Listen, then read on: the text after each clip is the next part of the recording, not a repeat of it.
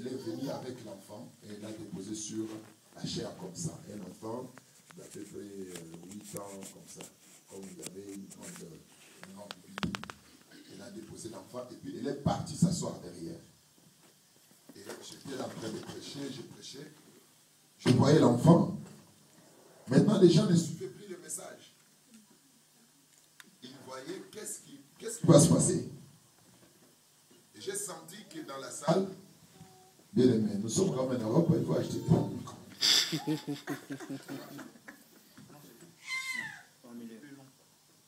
On est dans un monde où les... Amen. Amen. Donc, je me suis souvenu de ce qui s'était passé avec mon père spirituel. J'ai pris l'enfant, j'ai voulu faire comme lui. Mais j'ai dit, ça va scandaliser les gens. Je ne ferai pas comme lui. J'ai prié, et rien ne s'est passé. Les gens me regardaient, l'enfant ne revenait pas à la vie. J'ai prié, rien ne s'est passé. Alors, du coup, j'ai demandé à l'enfant, à la maman, cet enfant, il parle quelle langue il comprend? Ils m'ont dit non, il parle de Chiluba. Chiluba, c'est un dialecte de chez nous là-bas. Alors, au lieu de prier, le Saint-Esprit m'a dit, ici, ce n'est pas une question de prier. C'est une question d'appeler cet enfant. Et je l'ai appelé par son nom. Je lui ai dit, fiston, Jouka. Jouka, c'est à Chiluba. Il dit, réveille-toi. J'ai dit, fiston, Jouka. Et fiston s'est réveillé. Et il y avait du monde là, les gens moi-même j'étais étonné. Et Amen. Amen. Parce que si les miracles cessent de t'étonner, ce n'est plus un miracle. Amen. Parce que toi-même tu ne sais pas comment ces gens sont guéris, comment ils sont délivrés. L'homme de Dieu est toujours émerveillé par les choses que le Seigneur a accomplies. Amen. Parce que ce n'est pas toi qui les fais, c'est Dieu qui les fait par toi. Amen. Vous comprenez très bien. Amen. Vous devez croire à Dieu. Croire que Dieu va vous utiliser d'une manière particulière. Amen.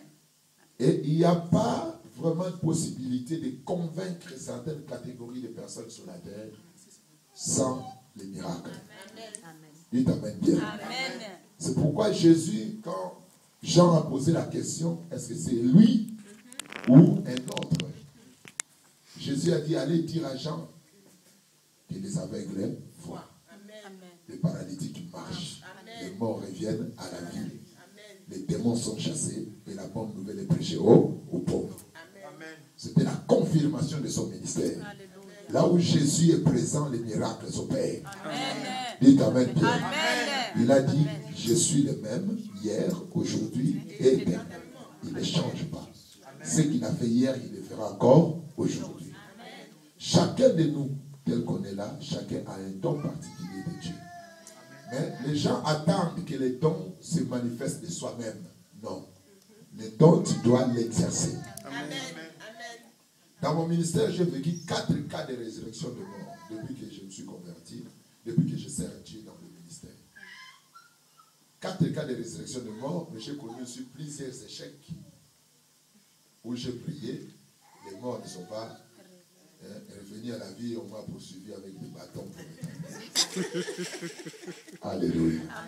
Dites Amen bien. Je me souviens que la première fois où j'ai prié pour un mort, c'était en République centrafricaine. Je venais à peine de me convertir, j'avais 4 mois dans la foi. Mais j'avais un zèle, les ailes que j'ai jusqu'à aujourd'hui. C'est le même zèle que j'avais au départ. Alléluia. Amen.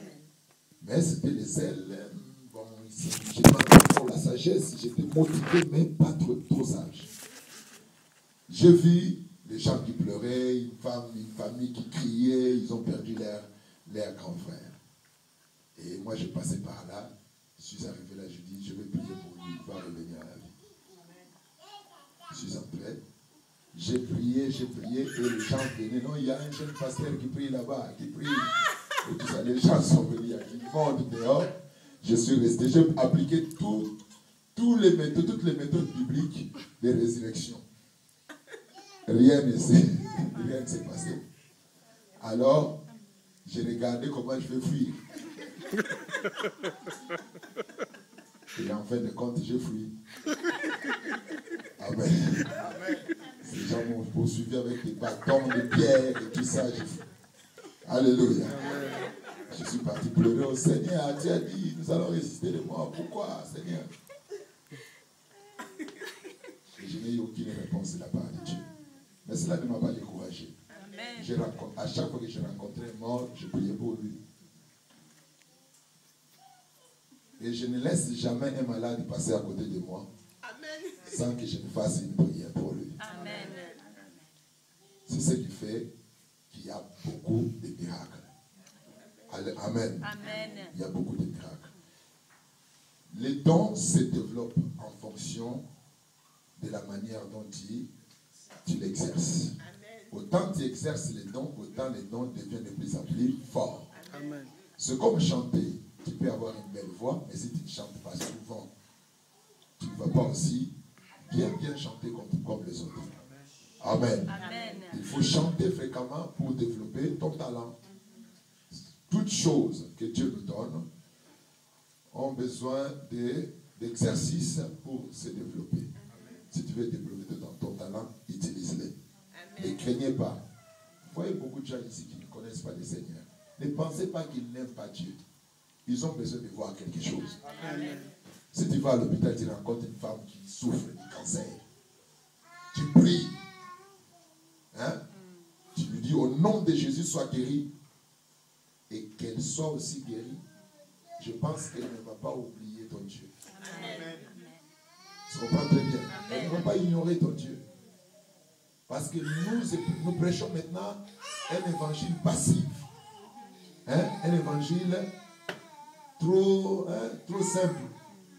L'évangile est agressif. Il faut agresser le diable.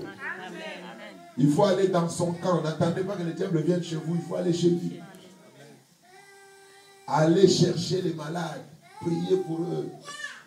Et vous verrez, les miracles vont se produire et beaucoup de gens vont se convertir. Amen. Dites Amen bien. Amen. Ok. Nous entrons dans notre cours. Nous étions en train de parler du corps de Christ. Amen. Amen. Nous sommes dans l'église. Aujourd'hui, on va achever sur l'église.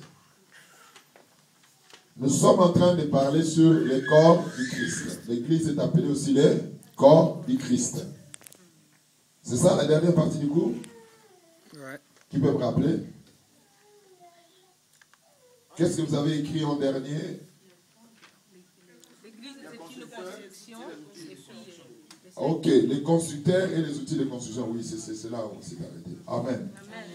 Donc, les constructeurs, nous avons dit c'est qui? C'est Dieu lui-même. Nous avons donné le passage biblique de Matthieu chapitre 16, là où Jésus dit, je bâtirai mon église. Amen. Lui-même est le constructeur de l'église. C'est pourquoi l'église est puissante, parce que c'est une construction divine. Amen. Amen. Vous savez, l'église est réellement puissante. Vous comprenez très bien. Amen. Et l'église est indestructible. L'église est indéfectible. L'église ne se défait jamais. L'église ne se détruit pas parce qu'elle est construite par Dieu lui-même. Dieu est le constructeur de l'église. Amen. Amen. Et Dieu construit les choses durables. Amen. Dieu ne construit pas les choses qui commencent aujourd'hui pour mourir demain. Amen. Alléluia. Amen. Après la persécution, quand les gens persécutaient l'église, Gamaliel, qui est l'un des enseignants de Paul, a dit ceci: laissons ces gens travailler, évoluer. Si c'est l'œuvre de Dieu, ça continuera.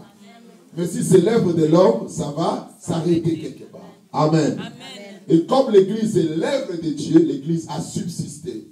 L'église a persisté face aux épreuves que vous ne pouvez pas imaginer. Amen. Amen. Ce qui prouve la capacité de Dieu la capacité de Dieu de construire les choses qui durent, les choses qui restent. Amen. Amen. Pourquoi est-ce que nous disons que l'église est durable? La raison est que Dieu est son constructeur. Amen. Amen. Dieu, dis après moi, Dieu construit les choses durables. Amen. Amen. Nous allons lire Hébreux chapitre 11. Hébreux chapitre 11.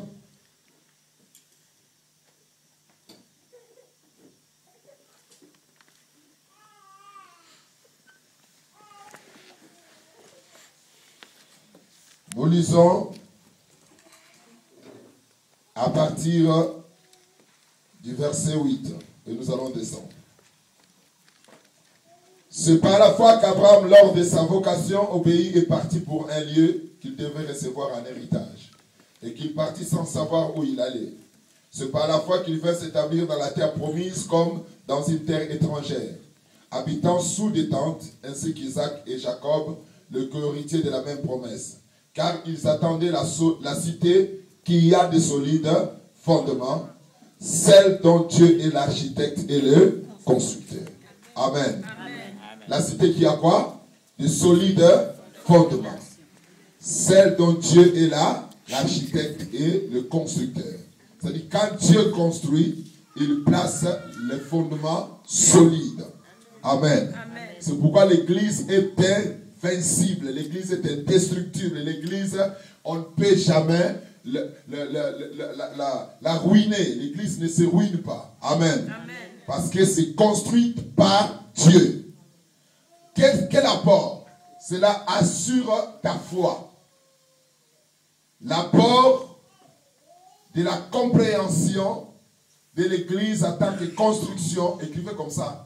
L'apport de la compréhension de l'église en tant que construction divine